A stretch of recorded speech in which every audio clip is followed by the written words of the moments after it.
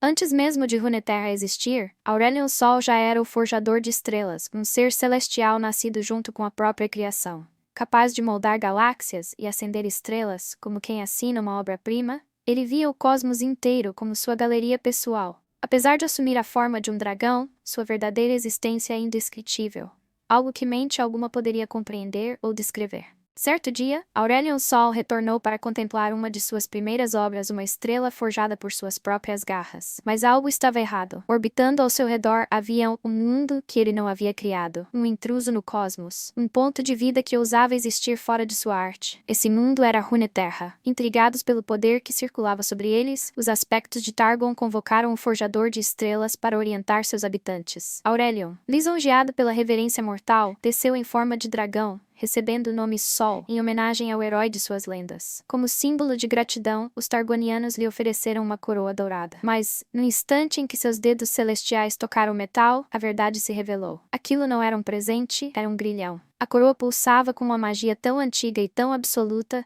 que nem o criador de galáxias pôde resistir. No brilho dourado daquele artefato, Aurelion Sol percebeu que havia sido traído e acorrentado ao mundo que ousara existir sem sua permissão. Com o poder do forjador de estrelas sob seu comando, os Targonianos canalizaram sua energia para alimentar uma construção criada por eles, o disco solar. E assim, Aurelion Sol jurou que, no dia em que enfim se libertasse, faria os aspectos pagarem pela traição e reduziria Runeterra a cinzas por ousar acorrentar o forjador de estrelas. Bardo é um celestial que viaja como uma canção infinita, desde antes da própria criação do universo. Para muitos, ele não passa de um presságio estranho envolto em sinos. Para outros, um verdadeiro guardião. Mas, independentemente da forma como é visto, ele permanece fiel ao seu único objetivo: preservar o equilíbrio do cosmos e intervir apenas quando é absolutamente necessário. Ele se manifesta onde o tecido da realidade começa a se romper, onde artefatos adormecidos ecoam poder demais, ou onde mortais imprudentes despertam forças que jamais deveriam tocar. Bard não precisa alertar, negociar ou intimidar. Ele simplesmente faz o que precisa ser feito. Ao seu lado, sempre acompanham seus pequenos companheiros celestiais, espíritos formados do resquício da inspiração que um dia deu origem às estrelas. Eles carregam suas ferramentas, ajustam suavemente o mundo ao seu redor e guiam aqueles que cruzam seu caminho, mesmo sem perceber. Bard não trava guerras, nem reivindica territórios. Sua força é sutil, vasta como o próprio cosmos e precisa como o toque de um artesão divino. Ele dobra a realidade e dissipa calamidades muito antes de qualquer mortal perceber o quão perto esteve da ruína. Se Fiddlesticks é a forma pura do medo, Bard é a própria harmonia. Onde a ordem enfraquece, ele surge. E, assim que o equilíbrio é restaurado, parte silenciosamente, flutuando enquanto segue a melodia eterna que apenas ele é capaz de ouvir. Fiddlesticks é o demônio primordial do medo. Ele não pode ser considerado um espírito, fantasma ou criatura comum. Ele é a própria ideia de medo, nascido junto com o primeiro sopro de vida no mundo. Conhecido como o primeiro dos 10, Fiddlesticks pertence ao grupo dos 10 demônios primordiais, entidades antigas e insondáveis, consideradas algumas das forças mais misteriosas e temidas de toda a Runeterra. Diferente de outros demônios, que podem possuir vontades, ambições ou desejos próprios, Fiddlesticks não tem propósito algum além de existir como caos puro. Ele distorce o espaço, dobra a realidade e manifesta qualquer forma que represente o terror de quem o vê. Além disso, não há feitos registrados que revelem a verdadeira extensão de seu poder. Fiddlesticks jamais enfrentou, muito menos derrotou qualquer entidade de mesmo nível em Runeterra. A verdade é que seu poder permanece envolto em mistério absoluto, e talvez seja melhor assim. Kindred é a personificação da morte em Runeterra. Não um vilão, nem um salvador, mas o equilíbrio inevitável diante do qual toda existência um dia se inclina. Eles surgem como uma entidade dual, o cordeiro e o lobo, duas faces de um mesmo destino. Quando chega o instante final de uma vida, Kindred oferece uma última escolha: aceitar o fim ou tentar fugir dele. Aqueles que acolhem seu destino recebem do cordeiro uma partida rápida e serena, marcada por uma única flecha precisa. Mas os que negam o inevitável são perseguidos pelo lobo, caçados, até que o último suspiro lhes seja arrancado. A presença de Kindred ecoa nas lendas de incontáveis culturas. Para alguns são poesia trágica, para outros puro terror. Mas para todos são inescapáveis. Kindred não mata por crueldade e apenas mantém o ciclo natural das coisas, encerrando a vida onde ela se desfaz e abrindo caminho para o eterno. Eles são atraídos tanto por aqueles que já estão à beira da morte, quanto pelos que, desesperados, tentam escapar dela. Seja no caos do campo de batalha, ou no silêncio de um coração que se apaga, Kindred sempre chega. Quando a flecha do cordeiro corta o ar, ou quando as mandíbulas do lobo se fecham, a alma parte e o equilíbrio se restaura. Quanto ao poder, Kindred reina de forma absoluta, ninguém escapa para sempre.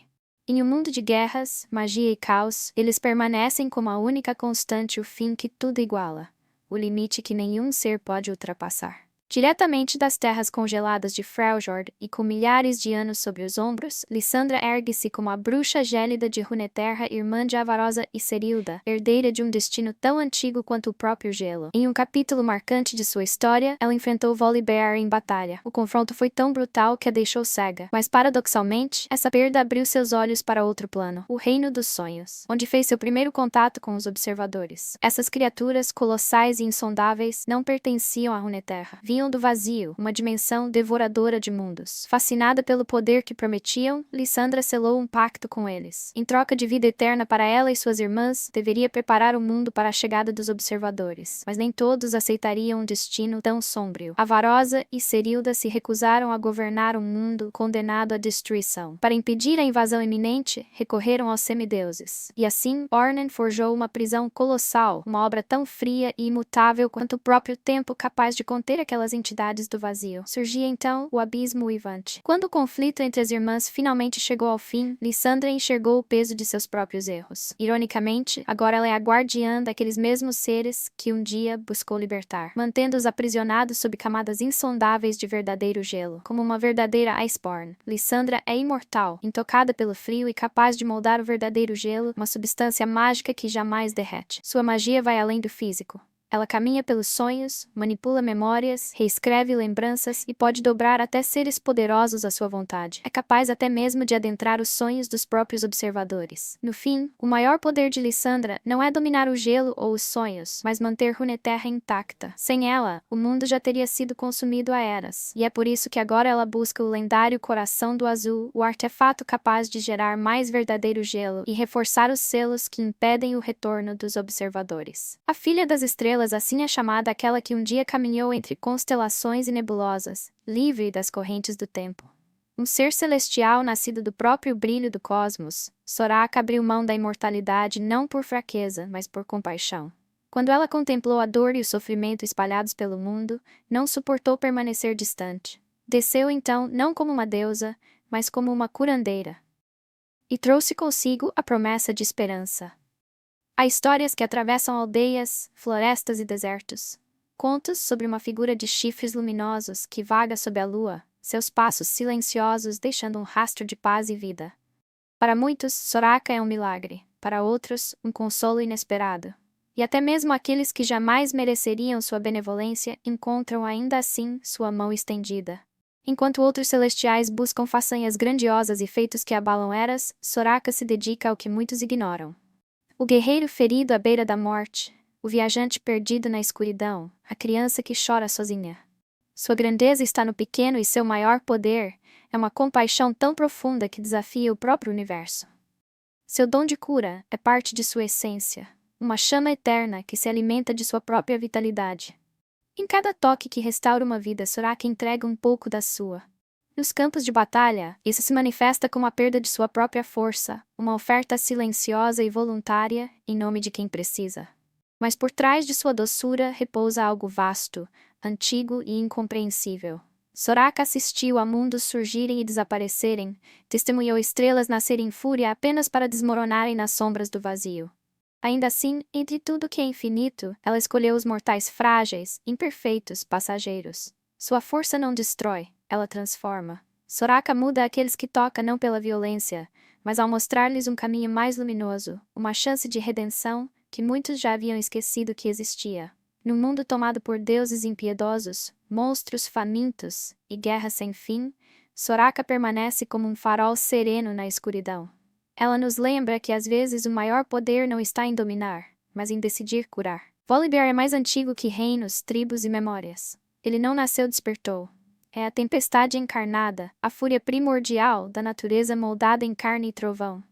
Disse que, com suas garras, ele esculpiu os fiordes do norte e que sua batalha contra a serpente de magma rasgou a terra, criando rios e montanhas. Por eras incontáveis as tribos do Freljord o veneraram, oferecendo sangue, força e coragem ao deus que marchava à frente de suas guerras. Mas, quando a civilização tentou domar o selvagem, Volibear viu apenas fraqueza. Viu decadência. Então rompeu sua própria armadura, rejeitou todo o artifício mortal e entregou-se ao caos elemental que sempre foi seu verdadeiro rosto. Agora, ele clama pelo retorno aos velhos caminhos, derrubar cidades, despedaçar o conforto e reacender o espírito primal da terra. Onde Volibear pisa, tempestades nascem. Onde seu nome é exaltado, trovões respondem. Pois quanto maior a fé nele, maior sua força. Volibear não é apenas um deus da guerra, ele é a própria fúria da natureza, irresistível, indomável e eterna. Apesar de aparentar ser apenas uma garotinha comum, Zoe possui milhares de anos. Nascida humana, foi escolhida pelos aspectos para tornar-se uma de suas hospedeiras. Carregando o aspecto do crepúsculo, ela representa a mudança, o instante entre o que foi e o que ainda será o breve e poderoso ponto de virada no fluxo do tempo. A presença de Zoe raramente é mero acaso. Ela é o sinal de que forças maiores despertaram. Onde surge, antigas estruturas desmoronam, novas ameaças se erguem, e poderes cósmicos começam a se mover como peças em um tabuleiro imenso. Avistar Zoe é testemunhar um anúncio silencioso. O destino está prestes a mudar, e nada será como antes. Zoe é tão caótica quanto infantil. Amiga de Aurelion Sol, ela trata o Forjador de Estrelas, um dos seres mais antigos e poderosos do cosmos, como se fosse apenas um mascote curioso. Com um simples estalar de dedos, cria pequenas estrelas para lançar contra seus inimigos. Dobra o espaço para se teleportar e atravessa dimensões com a mesma leveza de uma criança pulando poças após a chuva. E por trás de seu sorriso travesso, repousa uma verdade inquietante. O universo inteiro se curva aos seus caprichos. Zoe é, ao mesmo tempo, adoravelmente inofensiva e absolutamente aterrorizante. Um paradoxo de luz, caos e gargalhadas que anuncia o inevitável sopro da mudança.